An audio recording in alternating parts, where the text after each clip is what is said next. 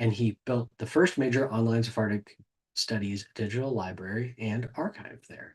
And he also has this very cool book that came out through Jewish Currents, with an amazing like introductory essay that is a big part of why we're having this conversation. So look this up, Reclaiming the Ladino Left, if you all want some more after this conversation. Thank you. Thank you, Devin, for being with us. Thank you. Thank you for having me. I'm really happy to be here. Yeah. Is there anything that I didn't say in your bio that you think would be of interest to folks watching or listening? I think that's fine. I think we'll get Okay, into some more, cool. I think, as we move forward, but that's fine. Sweet. Yeah, thank you. Great. Yeah. So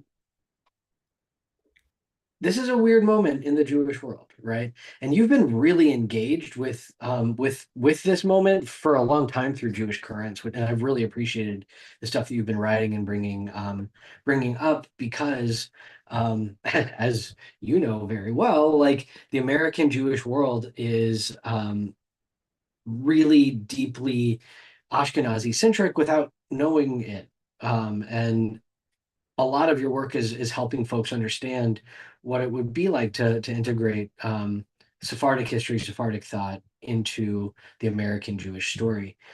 So when you like hear about organizations like ours and others that are right now trying to like reclaim a Judaism, what does it bring up for you, having been on this kind of edge of trying to bring forward Sephardic history? I appreciate you opening with that, with that question because it's an invitation for potentially some, criticism, and I mean to make yourself and your organization vulnerable, and I really do appreciate that. And today does happen to mark Tisha B'av, which is Mhm. it's a Jewish holiday of mourning and also self-reflection. So maybe there's a small tie-in there. Um, I think one of the challenges, of course, is what do we mean by Ashkenazi? I think that's like one interesting thing because even that term is a mishmash and a merging of a variety of different historical practices and traditions and philosophies and geographical origins and cultural dynamics that we now consider like as a one kind of entity, the Ashkenazi, like people speak about Ashkenormativity and the Ashkenazi centrism, but that's in some way it's not trying to say it's a misnomer, but I am wanting to add a kind of complexity to understanding that even what is Ashkenazi is kind of it's really a modern term in the way that we use it, and we maybe got to disentangle a little bit. Like Yeah. before the program began, we were speaking a little bit about the origins of the American Council of Judaism, which comes out of the Reform movement, and the Reform movement comes out of Central European German speaking the German speaking Jewish tradition. And that's like one kind of Ashkenazi Jewish tradition. But most American Jews trace their genealogical origins and cultural origins to the Eastern European Yiddish speaking context. And, Including me. Yeah. right, yeah, right. And, Yeah. and part of me too. And, a hundred and 150 years ago, there were a lot of tensions between these two communities that we consider Ashkenaz, the Reform and the more observant from Eastern Europe, the more integrating German-speaking and English-speaking Reform Jews and the Yiddish-speaking, Jewish masses. Not to say anything about the Galicianers and the Litvaks or the Hasidim and the Misnagdim. So what do we say when we speak about Ashkenazi dominance in the United States? And I think one way to think about it is by reference to how this kind of European centered way of understanding Jewishness came to be concretized in American institutional and cultural life.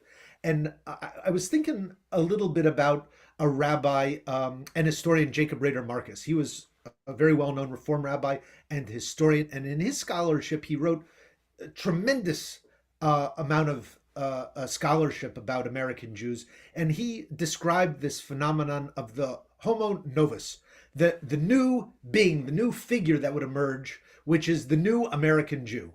And he spoke about the merging of different Jewish traditions and communities and through intermarriage, marriage, Mhm. through cultural adaptations and merging through this kind of Jewish melting pot, which, and I have a little quote here, dissolved Europe's disparate national loyalties. All Jewish natives now thought of themselves only as Americans. They were no longer Germans, Russians, Poles, Romanians. Who's not there? Okay, Yeah. it's a European understanding of the basis of American Jewishness, And a very particular part of and very European, right? particular. Right. So Yeah. Germany, Russia, Poland, and Romania he includes.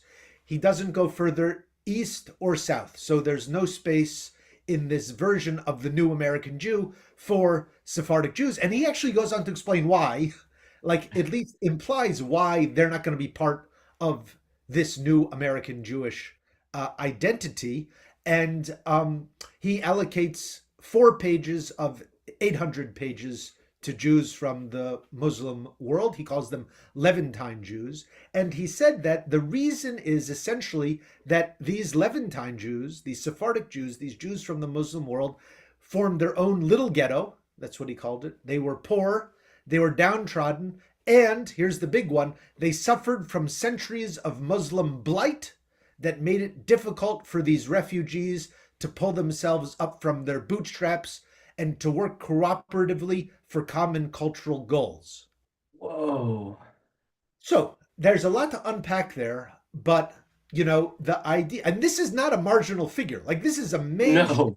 major liberal thinker, Well, the, right? the archives in Cincinnati that are the biggest Jewish American archives are called the Jacob Rader Marcus Archives. Yeah. Correct. So he's a major figure. This is his attitude.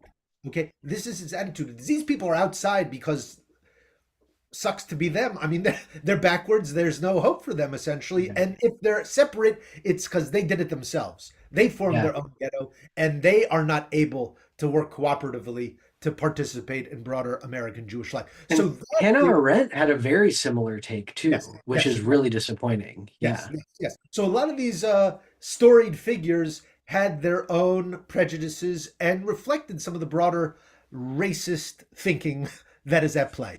So, I Yeah. mean, to go back to your question then about organizations like yours, I mean, what are the Ashkenazi, like if we can say this new American Jewish Ashkenazi based understanding of Jewishness, which translate also into an assumption that Jewishness is the Ashkenazi version of it or one of the Ashkenazi variations. So names and places of origin and languages and practices and pronunciations and foods and theater, everything is stemming from the European Ashkenazi universe. That's this Ashkenazi dominance that you're referring to. How does it implicitly maybe play out in the assumptions undergirding organizations like yours? And that's a really interesting question. I think for me, one of the concepts is in the title of the organization, which is Judaism. Mhm. And for me, Judaism, I think knowing that the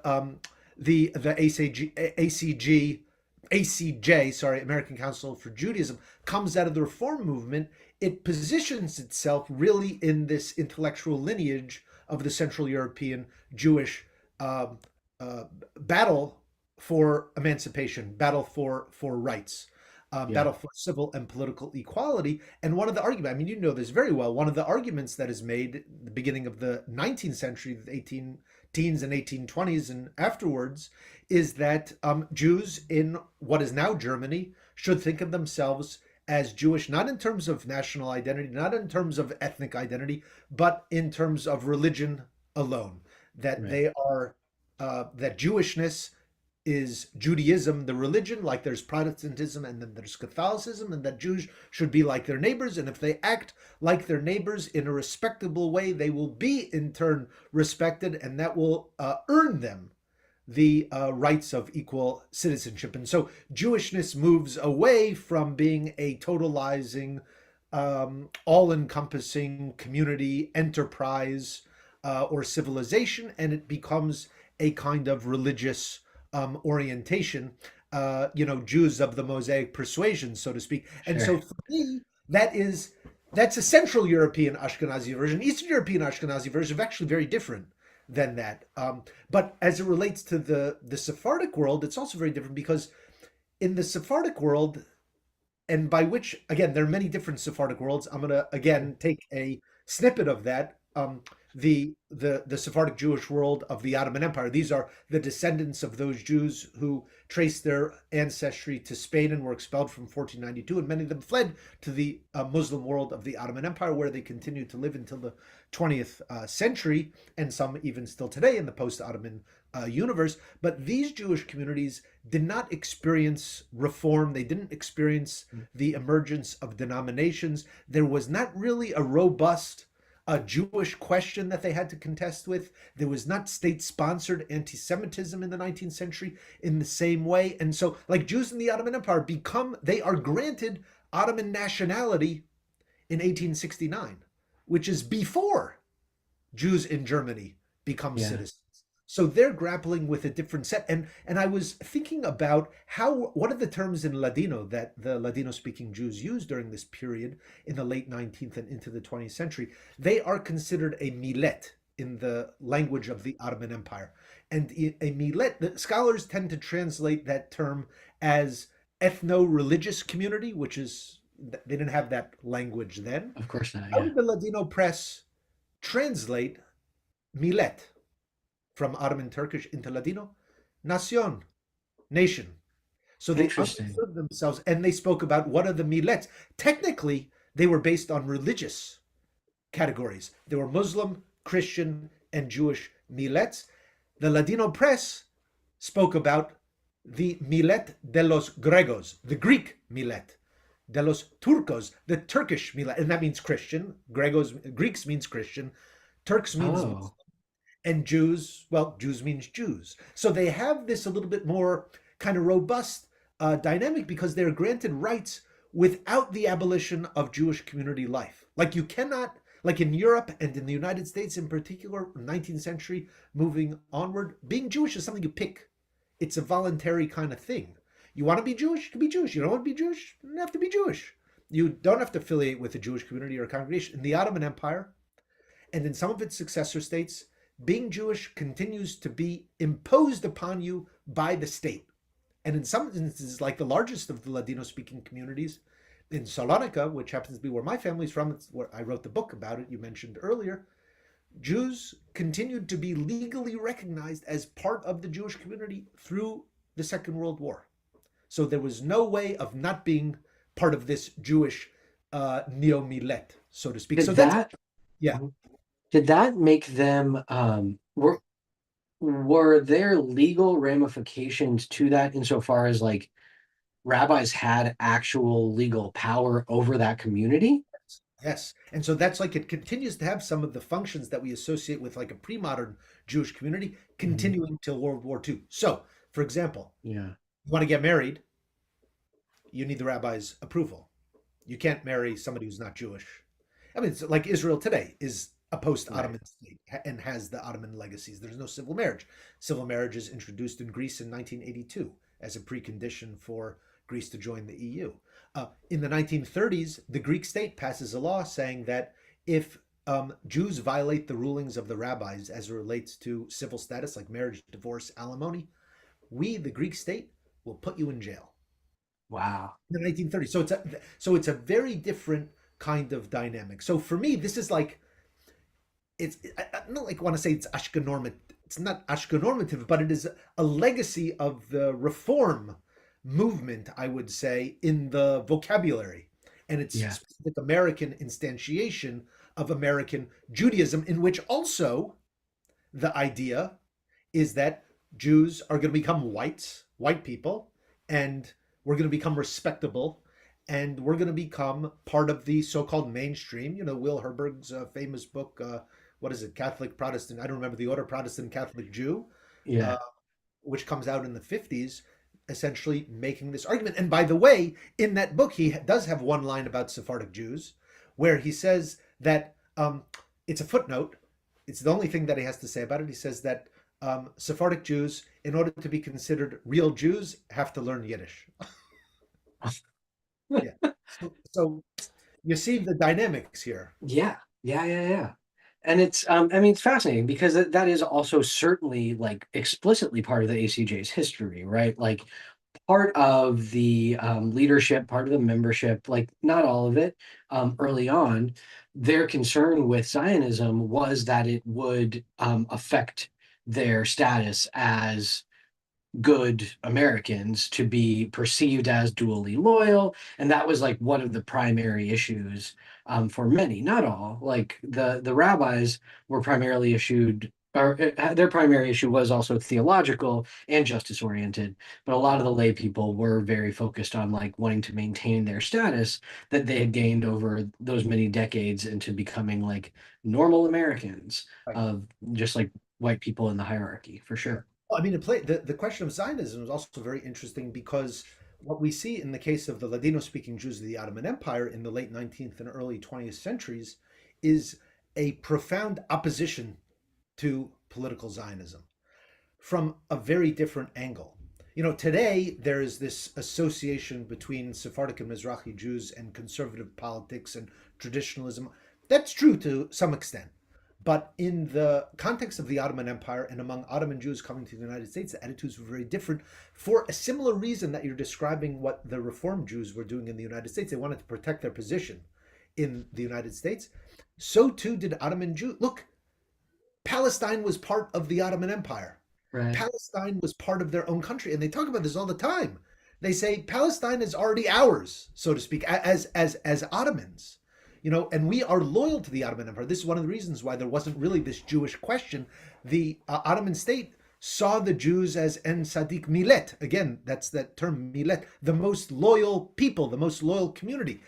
If there was somebody that the Ottoman state was against, it was the Armenians, especially, or it would be the Yeah. Greeks. You know, so Jews are implicated subjects, so to speak. And I've a graduate student, Oya Aktash, writing an excellent dissertation on the relationship between Jews and Armenians in the Ottoman Empire and the impact of the Armenian genocide on Ottoman Jews who are trying to toe the line. They're trying to defend themselves by continuing to pledge loyalty to the Ottoman state. And so what that does is the chief rabbi of the Ottoman Empire, the editors of the main Ladino newspapers in Salonika, in Istanbul, are all formally anti-Zionist. But they have strong connections to the land of Israel because it is Sure. in their orbit. It is not a foreign land. It is part of their own space. So the irony there, or the difference, is very strong connections to the land of Israel, to the people and the culture and the place of Israel, um, or Palestine, Palestina, as they called it in Ladino, that is paired with vehement opposition to Zionism as a political movement. And I'm writing an article about the Jews from Rhodes who came to the United States in the beginning of the 20th century. And Rhodes was part of the Ottoman Empire, then was part of the Italian Empire. Today it is a Greek island. It's a vacation destination. Very important Jewish community there, who were deported to Auschwitz exactly 82 years ago this week, in fact. Um, Mm. and I found a fascinating article in the Ladino press in the New York in the early 20th century from 1918, the end of World War One. Rhodes was part of Italy by this time. And there's a new small Zionist group that is being established in New York, and they invite the Jews of Rhodes to participate in it. Okay. And the Jews of, and the invitation says, you guys are Italians, so you're not Ottomans anymore. So, you know, don't worry about your anxieties about what's going to, and they write back and they say, how dare you say that? Rhodes might be part of Italy now, but we are still Ottomans and we are faithful to the Ottoman Empire. And they were then accused of being disloyal to the Jewish people. I mean, it's the same script. Sure. Yeah. And what did the Jews of Rhodes respond? This is a polemic in the Ladino press. It says, no, you guys, you Zionists, you're the entregantes, you're the true traitors, you're the real charlatans. And they go on to say that we are, let me see, I have the quote here that says, every member of our community of the Rhodesians unanimously believes that we should not participate in any movement like Zionism that could damage the position of our brethren in the Ottoman Empire. Okay? So it's a really Oh, fascinating. interesting. So they say it explicitly that it's about the position in the Ottoman Empire. Interesting. Yeah. So you have others that will make it about like, what are you going to do? You're gonna rip us away from our neighbors? Like we live Right. together with our Arab neighbors. You're gonna. I mean, you have these lines. Even the chief rabbi, the Sephardic chief rabbi of Mandate Palestine, Rav Uziel, makes a comment like this in the 1940s when the discussion of partition is being talked about. And he says, what are you going to do? You're going to like kick out our neighbors? This is a ridiculous idea." And he's a Zionist, but the idea of partition or creating an exclusivist Jewish nation state was like really anathema for many of Yeah. these leaders coming from this multicultural, multinational society that they had inhabited. Yeah, that um so I'm gonna actually ask this, even though it's not where I want to head. I'm gonna head there in a second. But one of the things that's really interesting with the multinational way you're talking about it, right, is like what was the relationship towards nationalism for these different groups, right? Like you're an Ottoman Turk, you're an Ottoman Greek, you're an Ottoman Jew, you're Right. whichever. And so your national identity is it Ottoman Jew or is it Jew? And how do those two things play together? So it is contested, I think is the easiest way to think about it. Okay. So it is contested, and there are class and ideological dimensions to this. So, like the middle classes, which won't be a surprise, the bourgeoisie are going to be the most like patriotic for the Ottoman Empire, and they're also going to be the vanguard of the burgeoning Zionist movement in that environment. But Mhm. the earliest manifestations of Sephardic Zionism, they call themselves Zionist, but they are very clear that they do not mean creating an independent Jewish state. That is not, that is completely the off the realm of possibilities, at least until the end of World War One. Once the British take over the mandate, things change. This has to do with, again, their fealty to the Ottoman state, and they don't want the violent hand of the Ottoman state to come down on them as a separatist movement, as had happened to the Armenians in the 1890s, and then again World War One, the Armenian genocide. Uh, so when they say that, those who say, which is a small group, who say that they are Ottoman Jewish Zionists, what do they mean? Is they mean that Jewish life should be developed in Palestine, and it should be continuing to operate under the auspices of the Ottoman Empire. Yeah.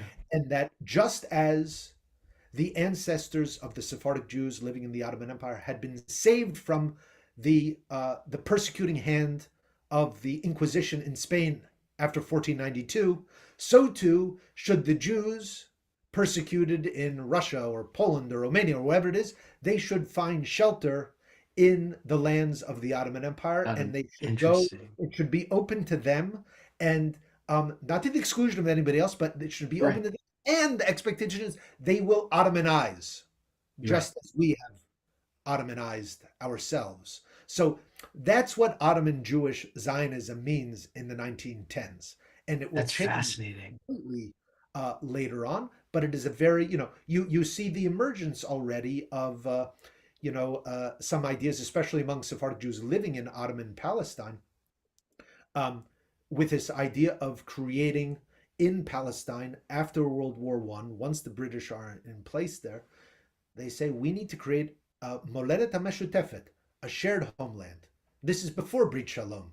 Later on, Yeah. argues for nationalism. This is the argument that they're making. It says one land, two people. What are you going to do? Again, what are you going to do? We've been living together since time immemorial here for hundreds of years. You're going to kick part of us out? You're going to make part of us. They cannot fathom that as a possible solution. So, you see a repudiation of the Balfour Declaration. This Rhodes organization in New York, that's how they conclude their letter. We repudiate the Balfour Declaration. Huh. It's very fascinating. Yeah. Vast. Yeah. Especially, I mean, what's coming up in my mind here too is, the colonial lens of Central, Eastern, Western European Zionism, of being like, we actually know better what should be happening in Palestine than the Jews that already live in Palestine, right? Yeah. Yeah, and that created tremendous resentments. I mean, among, in until the late 19th century, Ladino was the primary Jewish language spoken in Palestine. We Yeah. don't think about that. I mean, more than Arabic, more than Yiddish, the dominant groups in Jerusalem, elsewhere, they were Ladino speakers. And I see this in reports from missionaries going to Ottoman Palestine in the 1920s, and they go to Jerusalem and say, "We want it. We're going." These are American missionaries. They go from New England to Jerusalem in the 1820s. They're like the first Americans that go to the Middle East. What are they doing? They're going to convert the Jews. Okay, and they get there, and they what do they discover? Oh my God, I got to learn Ladino because that's how I'm going to talk to the local Jews, whether you're in Tiberias or you're in Hebron or you're in Jerusalem. And the missionaries, they in their memoirs and the reports back, they say, I need to find a Ladino tutor. My Ladino tutor quit on me. What am I going to do? How am I going to do it? Like, so there's this really interesting way in which the Ottoman Sephardic Jewish elite became attached to the old guard of the Ottoman Empire, and um, they are displaced by the Zionist movement. They are Yeah. displaced also by the incoming Jews from Europe. We speak a lot about we. I mean, Rav Kook is a well-known figure. The first he's considered the first chief rabbi. I mean, he's the Ashkenazi chief rabbi. There's Right. also the Sephardic chief rabbi, Rav Uziel, about whom we speak very little, though he's very interesting ideas. He promoted women's suffrage, whereas Rav Kook did not, for example. So all sorts of interesting dynamics. You might have expected to be the other way around, but it wasn't. So Yeah. anyhow, Fascinating. No, that's all. Yeah. Thank you. Um, so part of your recent work is, and all of your work is about Ladino and Sephardic history generally, and then a large part of it is about Ladino leftism. And Jewish leftism is having a moment in America, and a lot of it is like explicitly and extremely Eastern European Jewish focused. Doikite is everywhere, and actually, it's only every here. It's not everywhere. It's here. Come on, Andy. No, yes, yes. That was a bad joke, maybe, but no, yeah. it was a great joke. I loved it. Um, so how do you relate to that attempt at reclamation that's happening, the way that this is becoming kind of very widespread, the concept of doikite, the way that it was used in Eastern Europe, and how it works with regard to your understanding of, which we'll get to, of the actual relationship of Jews to where they are, where they've been, all of that. Yeah. I mean, I think I really appreciate the concept of Doikite. I think it is really doing important work in the contemporary political moment. I think, you know, what I would say is that if we historicize a little bit, we're able to begin to see both some of the opportunities, like what is the context out of which the concept emerges, and also maybe some of the limitations. And, just to briefly recapitulate a sense of what is Doikite, and this is not my research. I mean, there's been a lot of scholarship out there, but one of the key concepts Doikite is here-ness, the here-ness of the diaspora, which is perceived in the contemporary discourse is to be prioritized over the there-ness of Israel. And so it's positioned sort of against the aspirations of Zionism to establish, initially historically, to establish a Jewish state in Israel, to maintain that Jewish state. And Doikite is instead about it is about the importance of living and organizing and fighting for justice for Jews and their neighbors wherever they live. And that is a message that I'm fully on board with. That I'm fully on board with that. And there's that famous, Bund election poster, and this concept comes out of the Bund, which was the Jewish Labor Bund, which was the most important Yiddish-speaking Jewish socialist organization in Eastern Europe, focused really in like Russia, Poland, Lithuania. But they had this election poster from the end of World War One that says, from Yiddish, it says, "Where we live, that's our homeland," or a variation of that slogan is part of Molly Crabapple's new book about the Bund. Here, where we live, is our country. That idea, and Doikite is seen as an affirmation of diaspora and an expression of valorization of diaspora Jewish life. Um, but what are some of my reservations about this concept? The dichotomy. Number one is the dichotomy about here and there. I think there needs to be more than these two places, here and there. There needs to be maybe many heres, maybe multiple theirs. And this may be just a linguistic or rhetorical thing, but I think it has some actual practical power, which is also then related to, because what it does is it replicates the distinction between Israel and the diaspora. And when we speak about diaspora Judaism or diasporism, the way that this term is deployed in our contemporary discourse is that it is set up counter to Israel. So the irony for me is that Israel still is the center of the thing. So in seeking to displace Israel as the center, it actually is the central place. Like we're still orbiting around it. Sure. It's sort of like I don't know. It's like I don't know. Atheism. Still, God is still the center of the concept. Like you're against it, but you haven't quite transcended it or gotten beyond it in a certain way. So I think that Doikite, in some ways,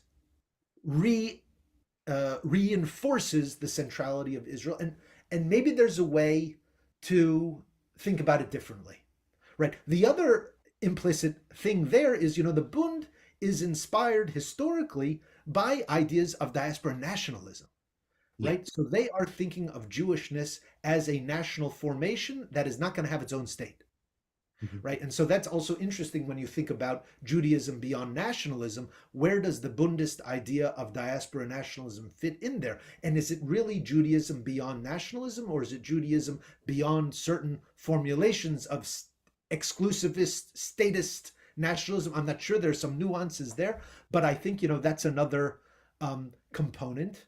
And And yeah, I would also say to probably not as extreme as what you were talking about with Raider Marcus, but like who was included in that Jewish nation that the Bundes saw? so Yeah. that's what I'll bring for you now, because this is a very specific understanding of what constitutes the Jewish nation and Yiddishkeit, Mhm.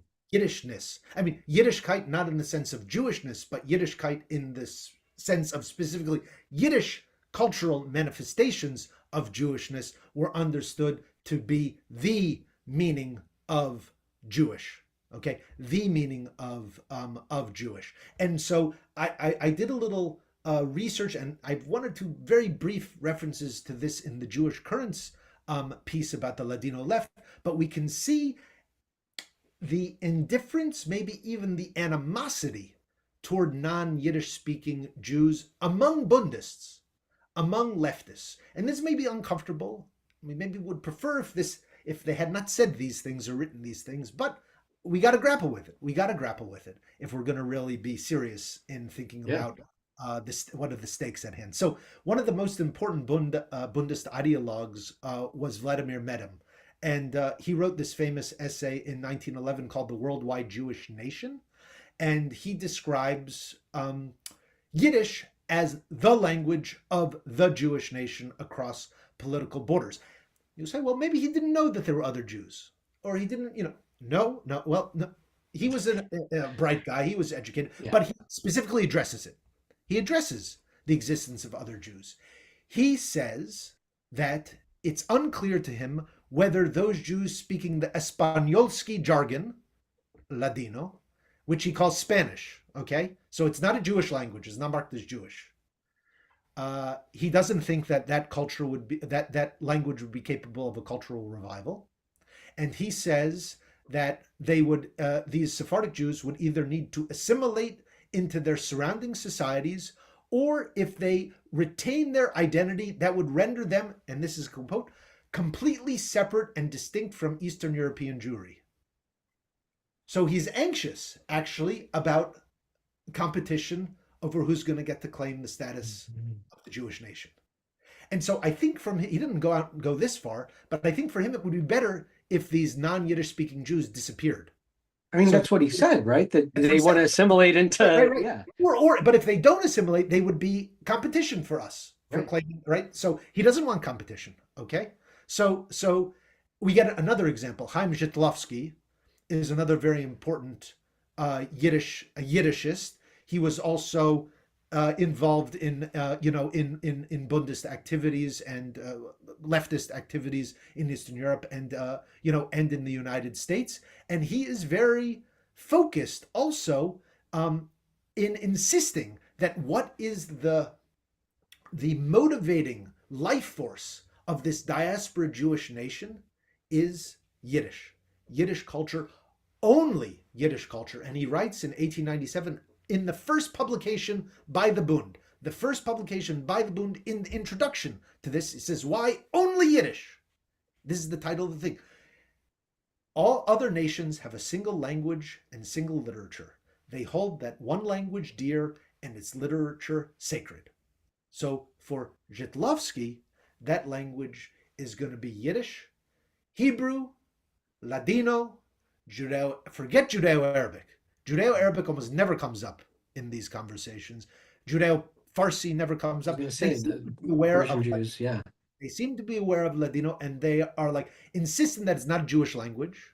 That's number one, and it's not a vital culture. It's a backwards culture that's been subsumed by the despotism of the Orient and of Islam. So, in other words, this is the Eurocent, and they're not saying anything special here. They're right. just replicating the general Orientalism and racism, of the era.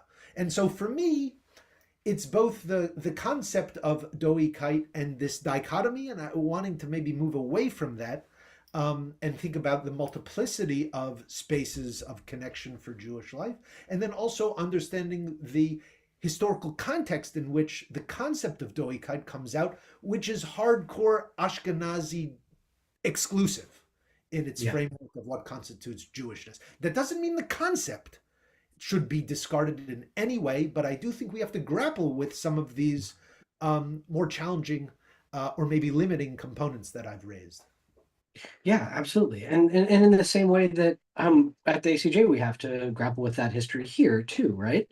I mean, I think that one of the mark hallmarks kind of I mean, my big pet peeve that anyone that ever talks to me about contemporary Judaism is the word peoplehood and the way that it has been used, and what it does to kind of try to smooth over all of these tensions you're describing. Um, and so I'd love to hear your thoughts. I know you've done a lot of work on this concept of multi-rootedness, and what does it look like to be able to um,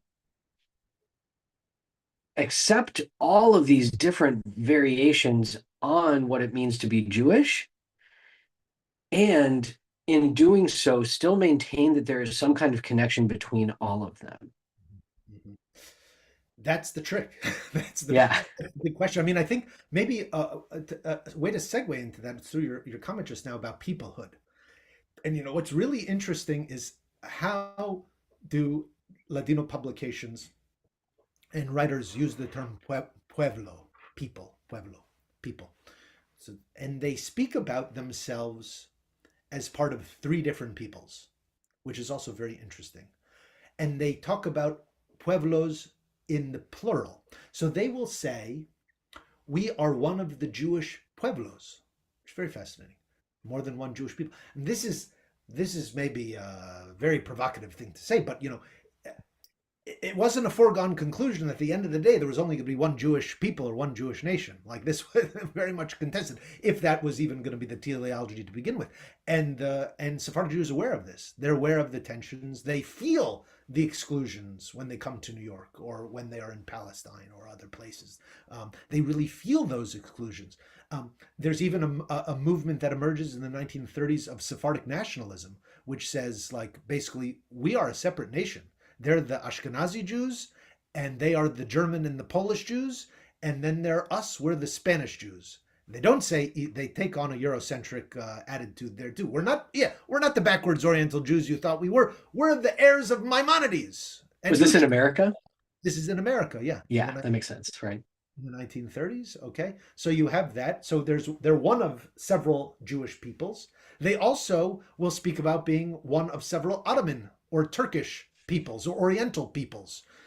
Like there's the Greeks and the Turks and the Armenians and the Arabs. There's us, the Sephardic Jews. We are one of the Ottoman peoples, and we're part of that constellation of peoples, just like we're also part of the constellation of Jewish peoples. And then they also speak about a third people that they see themselves as one representative of, and that is the Spanish or Hispanic people. Pueblo Hispánico or Pueblo Español, they speak about. Hmm. And who are the constituents of the Hispanic people? It's a tripartite people with three subpeoples or three peoples in this pan people. I mean, the different ways that they describe it, and the language is a little bit slippery sometimes. But who are the three peoples? The Spaniards, Latin Americans, and Sephardic Jews. And isn't that fascinating? So it's like this Yeah. pan-Hispanic people that they see themselves also attached to. And they speak about one of the founder of the first Sephardic Studies program at the in the United States was a guy by the name of Meir Ben Ardete. And he was the chair of Sephardic Studies at Columbia University in the 1930s, which is also where the first Jewish history professorship was established. Mhm. Salo, That was Salabaran, right? Yeah. now, Bernardete, where does he set up Sephardic studies? Inside of the Hispanic Institute. First Sephardic Studies program inside of the Hispanic Institute. And he says that the Hispanic soul is a tripartite alma, a three-part soul. The Spanish part, the Latin American part, and the Sephardic part. Okay, so they're like swimming in all sorts of alternative possibilities that do not in any way point toward the assumption that at the end of the day there's only be one Jewish people and we're going to be part of it. There may be multiple Jewish peoples. There may be one Jewish people, but we're part of that people and part of other peoples simultaneously. And that's what's really interesting about this dynamic. Um, and I think that helps us get to this concept of multi-rootedness that I'd like to discuss a little bit. I don't. Did you want? Is that okay, or you want me to go Yeah, there? please. No, that's where I was trying to get. Yeah. So multi-rootedness is this concept I came across, and I've adopted and elaborated it from a French philosopher, Edgar Morin. Or that's what he was. That was his nom de guerre. He was in the French Resistance during World War II, which has a very different ring than his birth name, which was David Nahum. His parents were immigrants from Salonika who'd come during World War One, and he recently died. Actually, he was 104 years old, but continued to be very active. And he gained some notoriety for being very outspoken in his criticisms of Israel. But what's interesting for our purposes here is how did he think of this concept of multi-rootedness? Or in French, it's polyraciment, and previous translators have translated it as poly-rooted, but I decided to call it multi-rooted because I think that's more conducive to how we speak in English. Yeah. Multi-rooted, I think, resonates a little bit more. He's very, very famous in France, sometimes compared to or discussed along with Foucault and Derrida, but almost none of his stuff has been translated into English. And I came across him because he wrote a family memoir. And in the family memoir, he speaks about when his father and uncles arrived in Marseille during World War One, and they were asked by the police to put their nationality down. And he describes how the story that was communicated to him was the debate that they had over what is their nationality. He said, well, if we say that we're Ottoman, we could be interned as enemy aliens because the Ottoman Empire and France were on the opposite sides of the war. They said, well, we used to have our parents had Italian nationality because they had come at a certain point in the 18th century from Livorno and had Italian consular protection. And said, well, but that's not going to really do us what we want here, and we're not really Italian. In Spain, maybe we're Spanish, but Spanish is so long ago, and well, Salonika is Greek now. But if we say that we're Greek, maybe they'll deport us to make us do military service in Greece. So what did they wind up doing? Is they put down that their nationality was Salonicien, Salonican. The city Hmm. was their nation. And he uses this as a foray to speak about this idea of multi-rooted, the multi-rootedness. Like here are his parents, and it's something that you're connected to, but it's also these are identities that are to be deployed in different contexts. He speaks about Salonika as la petite patrie, his little homeland, but he also speaks about how he has roots all across the Mediterranean. And at the end of the day, if you ask him what is his patrie, it is the Mediterranean. And now that's not normally how we think about a homeland. First of all, it's a sea, not a land. There's the first problem with that. And number one, there's no state boundaries. There's no Yeah. state borders. And so it gives us a very different understanding of what the meaning of nationality and homeland is, what our roots, what is a diaspora. And so he wants to think about him having the capacity to move between these different places and recognize and claim a relationship to all of these different territories, all of their cultures, not necessarily to the state, but to the place, to the environment, to the people. And he biologizes it actually, which is a little bit troubling for me. He writes in the 90s, if my genes and my chromosomes could speak, they would tell you of a Mediterranean odyssey starting more or less like Ulysses, but a little farther south in the Asian Mediterranean, today's Middle East. I think this is the closest he's going to get to acknowledging some kind of connection to Israel Palestine. They would speak to you of their travels through the Roman Empire, their arrival in the Iberian Peninsula, and they would describe routes put out over more than 1,000 years until 1492. They would describe to you how my convert ancestors were for 2 centuries subjected to baptism as conversos. They would speak about how they were re-Judaized in Italy, and then they were driven by powerful currents of economic expansion to Salonika and the Ottoman Empire. My genes and my chromosomes would tell you that all these successive Mediterranean identities are symbiotically united in me, and that during this millenarian odyssey, the Mediterranean has become my deeply felt motherland. My taste buds are Mediterranean and cry out for olive oil. They revel in grilled aubergines and pimentos and crave tapas and mezes. My ears adore flamenco and oriental chants. Okay, so he's kind of playing on some stereotypes here, but it's potent here, right? The imagery. Yeah. And in my soul, there is something that puts me in filial resonance with the Mediterranean sky, its sea, its coasts, its arid wastes, and its fertility. And for me, what was so startling when I read this was it kind of cohered for the first time for me what I had been seeing in my resources and my sources, where they are using the Ladino term patria to describe many different places. Palestina is our patria. Sepharad is our patria. El Imperio Ottoman, Turkey, is our patria. Salonika is our patria. La America, where we are living now, is our patria. And sometimes they say they're all our patrias at the same time. Yeah.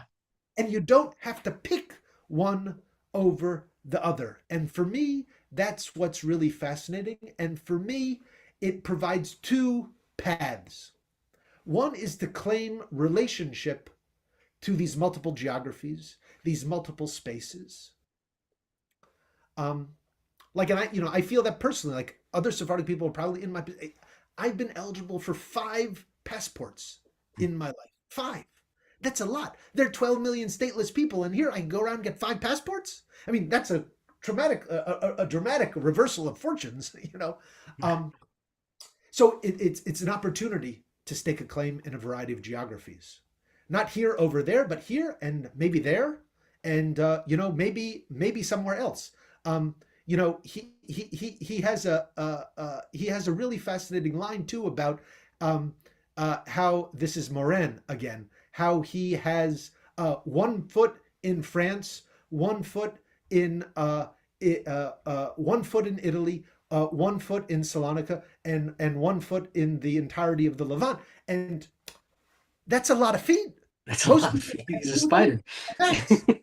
at max, right? But I think there's something evocative about that image. The roots. Imagine a tree with all these sort of different roots Yeah. going in different directions, stretching out. I think that's one possibility. Another possibility is to acknowledge the absurdity of the whole system to begin with. Right. And this is brought home to me in the writing, and I'm grateful to my colleague Davy Mays at Michigan, who wrote a really great book. And one of the sources that she came up with is the writing of a guy named Mauricio Fresco, who was an Istanbul-born diplomat. He was the son of the editor of the main Ladino newspaper in Istanbul, and he talk about multi-rooted or whatever. He was born in Istanbul, an Ottoman citizen. He served in. He moved to France, and then he became a French ambassadorial attaché in Mexico. Okay, and he wrote a book he drafted a book that was never published. The title of the book was "Forge Your Own Passport," and what he wanted to demonstrate in this text was to, quote, prove the stupidity of passports, visas, nationalities, races, etc. So, what we can also get from this is a recognition of the fact, not that it doesn't have, not that it doesn't have real material ramifications. You have citizen, Hannah Arendt, you mentioned earlier, Hannah Arendt says, citizenship is the right to have rights. If you don't have a state willing to protect you in our world, you're not going to be protected. But that is not a natural phenomenon. That is a socially and politically and legally contrived system. And I think that's what Fresco is pointing out. And I think an insight that we can also gather when we see Edgar Morin talking about his 10 feet. you know, Yeah. he turned himself. He started talking about Odysseus, but I mean, he really did turn himself into a Greek mythological character in a certain sense. Yeah. Um, I mean, first of all, I want to say to everybody that's here, we're going to open up for questions shortly. I'm going to, so take your time to think about it. Also, I always say this whenever I open up for questions. Um, a question ends with a question mark. So please think about what you want to ask, and like you can create a little bit of context if you want, but think about where you're going to land that question mark before you ask. And if you have a question you'd like to ask, turn your video on, which you are now able to do, and then I'll ask you to come off mute. Um, what all of what you just said um, brought up to me a few different things. One is the current context in America, right? That whiteness does the opposite of all of that, right? It tries to completely wipe out all difference and create this almost culturalist melange of of hierarchical power that doesn't have roots elsewhere. It's only this in this one place, which is um, really fascinating because so many American Jews and that are white try to use their Jewish identity in some ways as a way to um, uh, add some flavor to that whiteness, right? Um, and what you're describing are people that want to add all of the flavors entirely to their identity and have them all going at the same time, which is the next version of that in some ways. It's also bringing up for me this the book that Shaul Magid put out like 13 years ago now of American post-Judaism, which is that like this post-ethnic thing that we've got going on in America is going to require Jews to rethink our entire self-understanding because that reliance upon ethnicity is failing.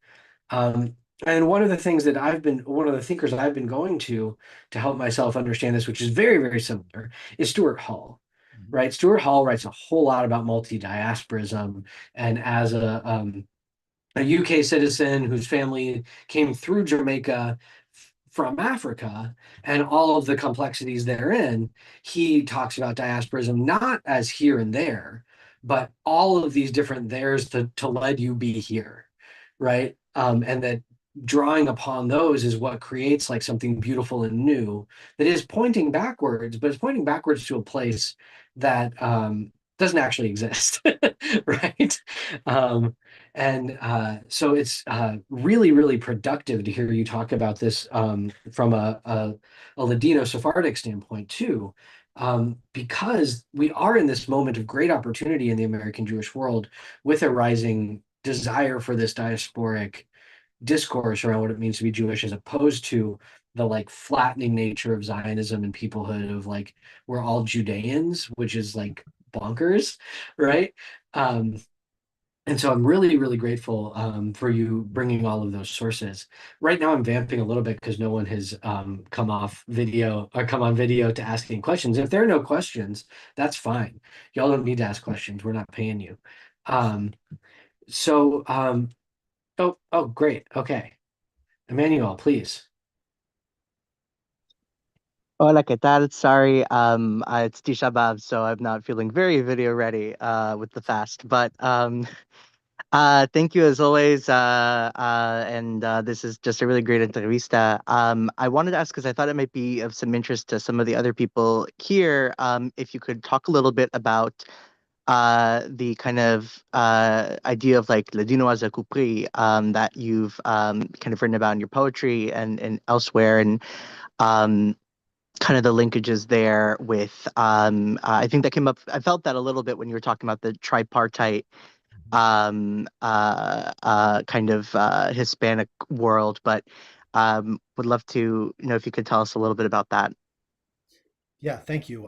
And everybody should check out Emmanuel's zine, Gazos de Framboise, which is a really great publication coming out of Miami, which you can find online. Dealing with some of the themes we're talking about here, and I appreciate your question very much. I think if the Yiddish left was really oriented toward Yiddish, the Ladino left was not a Ladino left in the way that the Yiddish left was the Yiddish left. By which I mean Ladino was a key feature, but it was the key component of the Ladino left was not the focus on Ladino, but it was rather multilingualism, I would say. It was multilingualism and seeing inside of Ladino the kernels of building cultural cupris, as Emmanuel mentioned, bridges to other kinds of communities. So inside of Ladino, there is Spanish and Portuguese, there is Hebrew, there is Arabic, there is Greek, there is Turkish.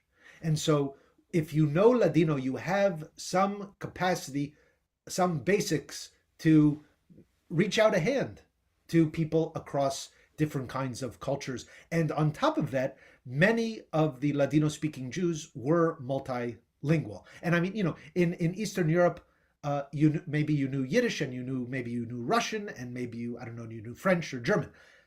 Among the Ladino speaking Jews, knowing 3 or 4 languages did not make you like an intellectual. It made you a stevedore at the port. I mean, knowing 10 languages, now that was something, and that was something that one would do. And the FBI complained that the editor of one of the Ladino socialist newspapers that they wound up closing down, he knew they had 2 complaints. They're like, he knows 10 languages. This is too many languages to know, and we're anxious. We're anxious about what that means. What that means to know so many languages. And the second problem that the FBI had, or it was actually the post office, they revoked the ability of the newspaper to be delivered, the mail permit, was because they couldn't get any censors to figure out what it meant. They got the Yiddish translator, the Italian translator, and the Spanish translator to sit there together to break their eyes over trying to decipher a Ladino newspaper. In the end, the translator said, well, we spent all day, we did 2 paragraphs, this is not a good waste of our resources. So what did the post office do? They said, well, just cancel the newspaper, rather than figuring out really how radical it is. But I mean, I think, what this does is it suggests this, how did the bridges work? And I think for the Ladino left, it was through language, really, and culture became a bridge.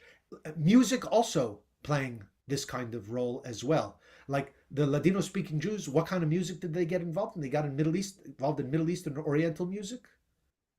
They got involved in Latin music. One of the first places outside of Spanish Harlem where Ladino speaking Jews and Puerto Ricans lived, one of the reasons it's probably called Spanish Harlem because of Puerto Rican and also Sephardic Jewish presence there, was a club in Midtown called the Cuban Casino in the 1930s, owned by a Sephardic Jew from Salonika, who held meetings of the Communist Party at the club, and whose house singer performed at Sephardic bar mitzvahs in the Bronx, and she was Mexican, not Jewish. So like that's like a fascinating like cultural milieu. And you can also see it in like a place like Chicago for these bridges. Really fascinating. In Chicago, Sephardic Jews from the Ottoman Empire, they're Ladino speaking. They organized the first Greek branch of the Communist Party, 1918, 1919. And they are organizing with Greeks, but they also bring in Armenians, they bring in Bulgarians, and there seems to be some suggestion that they also bring in some Mexicans as well. And the leader of this movement is really fascinating. He's a guy by the name of Nassim Hanoka, and he was one of these guys who knew a lot of languages. He became a dentist. He was a radical dentist, and I've traced down his advertisements in the press. And in Ladino, he says, in Ladino, he writes, I'm a Spanish dentist. And then he says, because I am Sephardi, I speak Judeo-Spanish, Ladino, Greek, Turkish, French, etc. I don't know what etc. means, but there are other languages there. And in the Greek press, he calls himself a Greek dentist. And in the Spanish American press, he calls himself a Spanish dentist or Latin dentist. And I found other references to him, which he never called himself, other references to him in the press as a Muslim Turk or an Indian, as in from South Asia. So like he made allegiances and alliances of his own choosing and pivoted his identity to create these bridges. But sometimes he also couldn't be placed at all. He couldn't be classified. But I think that's both the opportunity of the bridge that comes with the Ladino and the multilingualism of the multi-rooted approach, and also the liability that comes with being also incomprehensible, unclassifiable. Where do you belong? You're not here, you're not there. Where are you at the end of the day? Amazing. Thank you. We've got another question from Deidre. Yeah, merci mucho. It is really, really good to have you here speaking to us and sharing a lot of your wisdom and insight. And one thing that was really turning over in my head as you were talking is what sorts of things have you noticed in terms of maybe improvements or even limitations of, I guess, Deutschheit 2.0? You know, this revitalization. It feels like it's a little more broad than just a nationalism or regional thing. It feels more collective, like everyone should be safe where they live. What do you kind of see going on in that landscape? Well, I think that's a really key, maybe the key component. You know, I alluded to the fight for justice and equality wherever Jews live for themselves and for their neighbors. And I find that to be a very clear and still resonant clarion call about what this moment needs. So I think in that regard, I am completely in favor of the concept. I think it needs to be. I think we just need to be aware of some of the historical, contextual, maybe baggage that comes from it, and maybe there are ways also to improve upon the discourse by considering it as part of a menu of dispositions or of ideological statements. Maybe multi-rootedness could form a complement to that. Maybe there are other ideas that come out of other Jewish traditions that we can bring to bear to create, these kinds of solidarities that are really important at the moment. I think one of the things that the multi-rootedness of the Levantine or Sephardic Jewish experience brings is it just so happens to conveniently be that through the Sephardic dynamic, we have a connection to the Spanish-speaking world, and we have a connection to the Muslim world. And I feel like that's very useful material for building solidarity and coalition in the fight against ICE, on the one hand, in the United States, in the fight for Palestinian liberation, on the other hand. And so there's something there, I hope, waiting to be, enacted, to be brought to bear. Thinking about, Spanish music, let's call it Spanish music played as Middle Eastern music. I mean, this is Ladino music. And that then also becomes this kind of, a kind of bridge. And it's fascinating when I've interacted with Palestinians or other Arabs or Middle Easterners, and there's an immediate familiarity with the melodies. And on the other hand, interacting with, I don't know, Puerto Ricans or Cubans or other people like that, well, the Spanish is like, we can sort of understand this. This is quite mutually intelligible. And then you can also play a role of maybe there's a way to bring together these other communities that maybe have some points of distance or difference. So this is a little bit utopian, but I feel like there's a lot of potential that can come with using some of these elements to build um, build not only a narrative, not only an identity, but also political action. Yeah. That is excellent Tisha B'Av Torah. Really, really, yeah. I'm noting that I've kept you 6 minutes longer. It's fine. I'm happy. But we do have another question if you're Yeah, yeah. cool. Sydney, we'd love to hear your question. Hi, Devin. You're amazing. I think you already know that. But I have a specific question for you. All of this issue of multi-rootedness, I feel very biographically because my family came from Egypt. They're very well rooted in the Ottoman Empire in different places. To what extent some of the things that you're describing at this moment are in the books of history? I feel them because I am the son of immigrants from the Levant. So I have it very vividly in my life. But to what extent people that are more distant biographically from the Levant still have it or still can reclaim it? I think it's a very important point, and it's something that Andy and I actually talked about. In like, what are some of the limitations? Also, this problem of nostalgia. I think Morin has some nostalgia for this, this long lost world of Mediterranean coexistence that he wants to believe can be a model for the future. I mean, the Mediterranean is a violent place. Um, the Levant, in particular, has become a violent place. So I think, you know, one of the concepts that Andy and I were talking about before was the nostalgia, and I feel like there is a risk of dipping too much into nostalgia. This sense of, like in the ancient Greeks, to go back to Homer and the Odyssey. I mean, this is where nostalgia it comes from. This idea of the pain caused by a yearning to return to a beloved place or a situation or person, and not being able to do it. Not being able to do it. That's the key component of nostalgia, is you can't get there. Even if it existed in the first place, is another story. But even if it did exist, you can't get there. And so, I have this sense of affinity. Maybe be critical, I could call it nostalgia. I mean, I'm willing to, to own that. My grandfather, I was just in Salonika. My grandfather from Salonika brought my kids. We went there. We went to his street.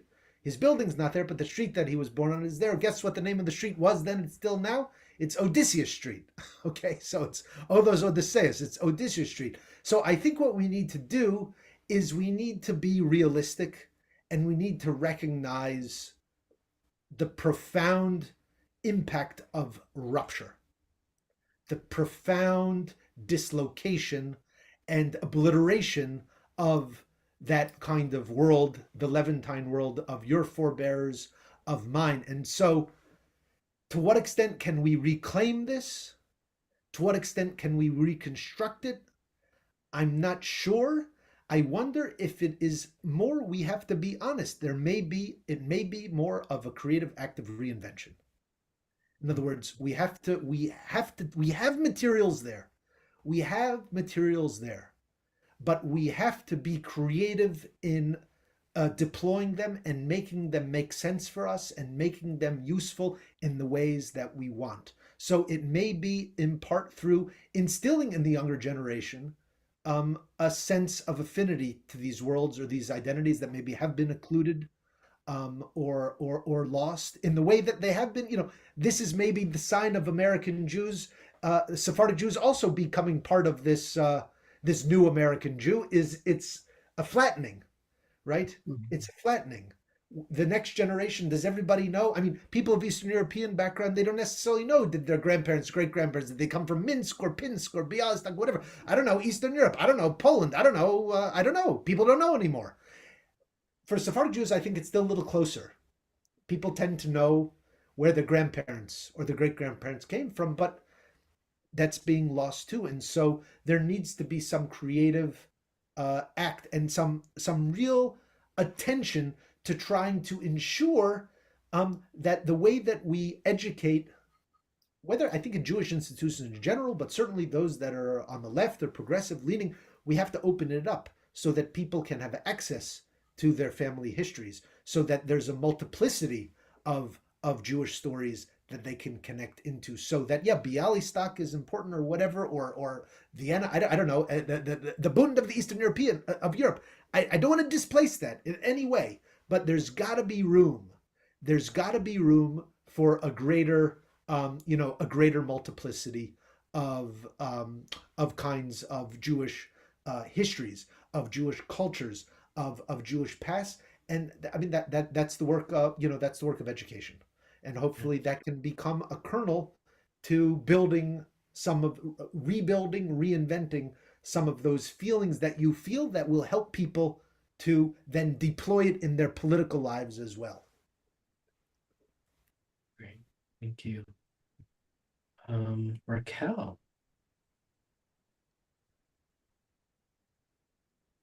Sorry, I'm so sorry for the creepy lighting.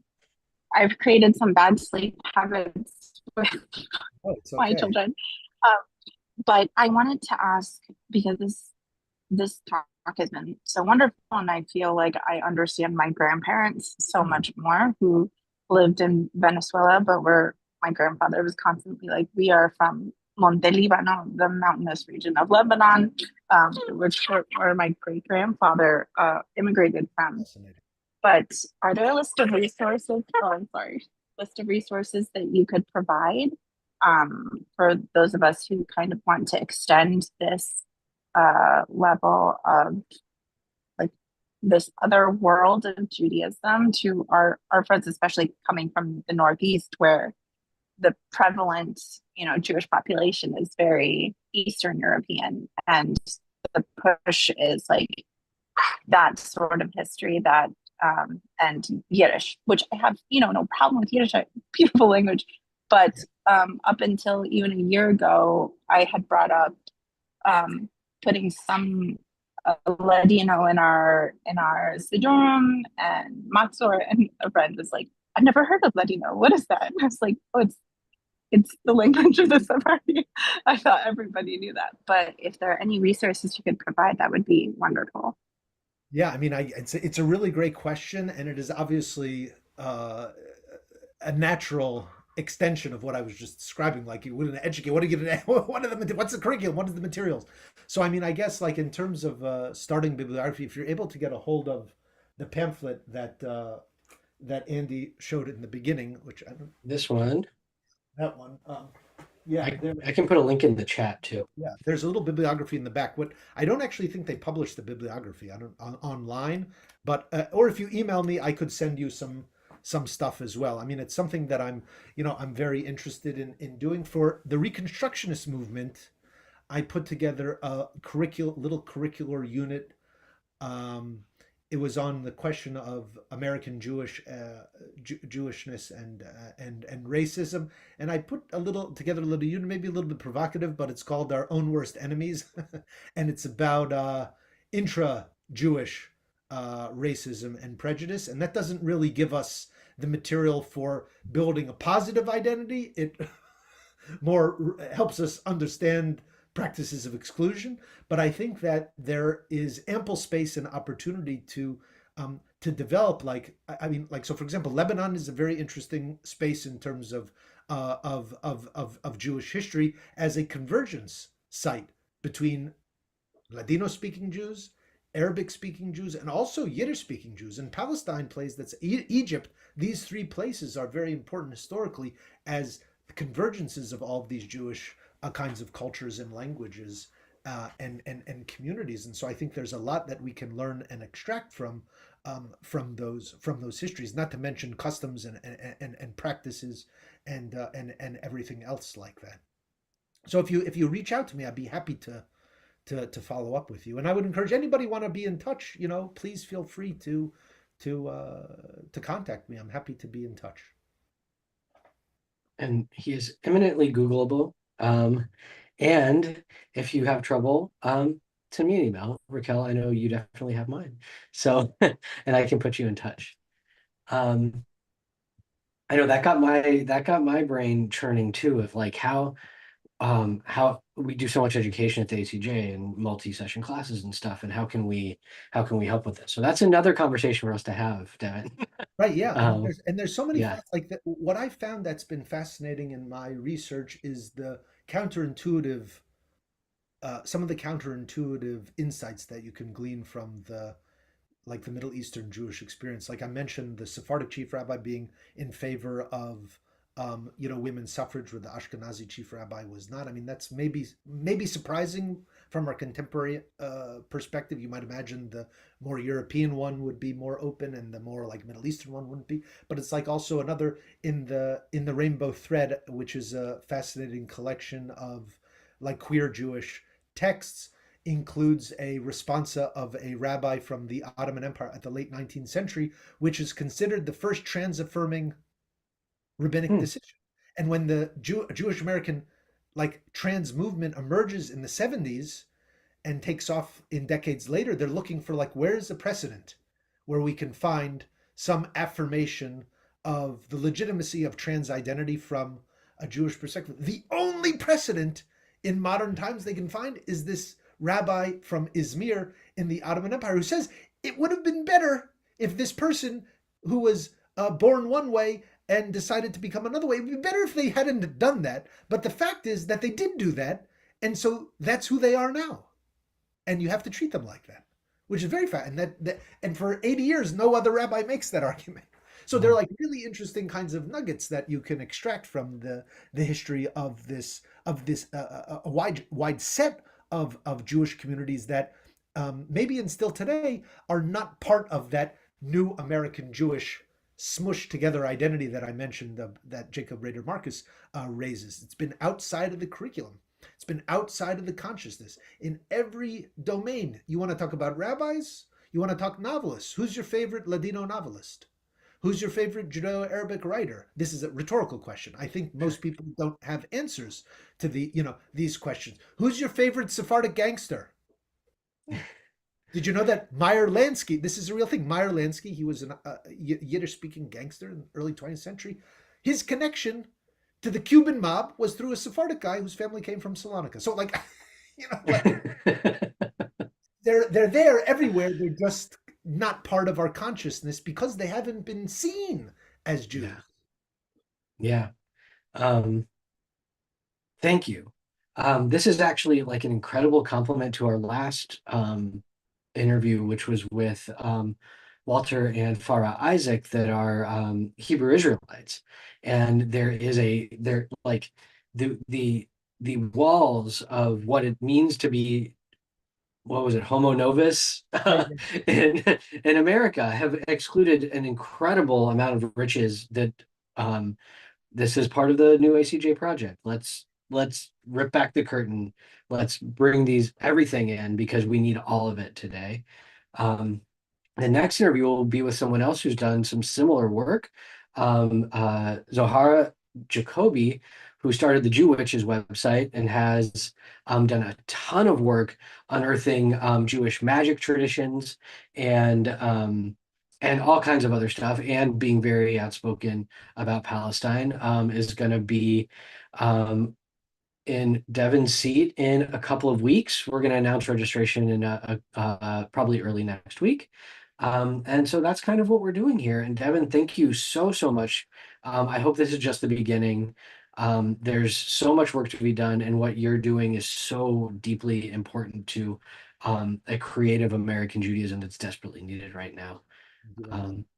Thanks for the opportunity. I really appreciate Yeah. it. Have the discussion. And again, I invite anybody to please be in touch. I'd love to continue the conversation. Thank you all. Great. Thanks, everyone. Have a good end to your fast if you are fasting, and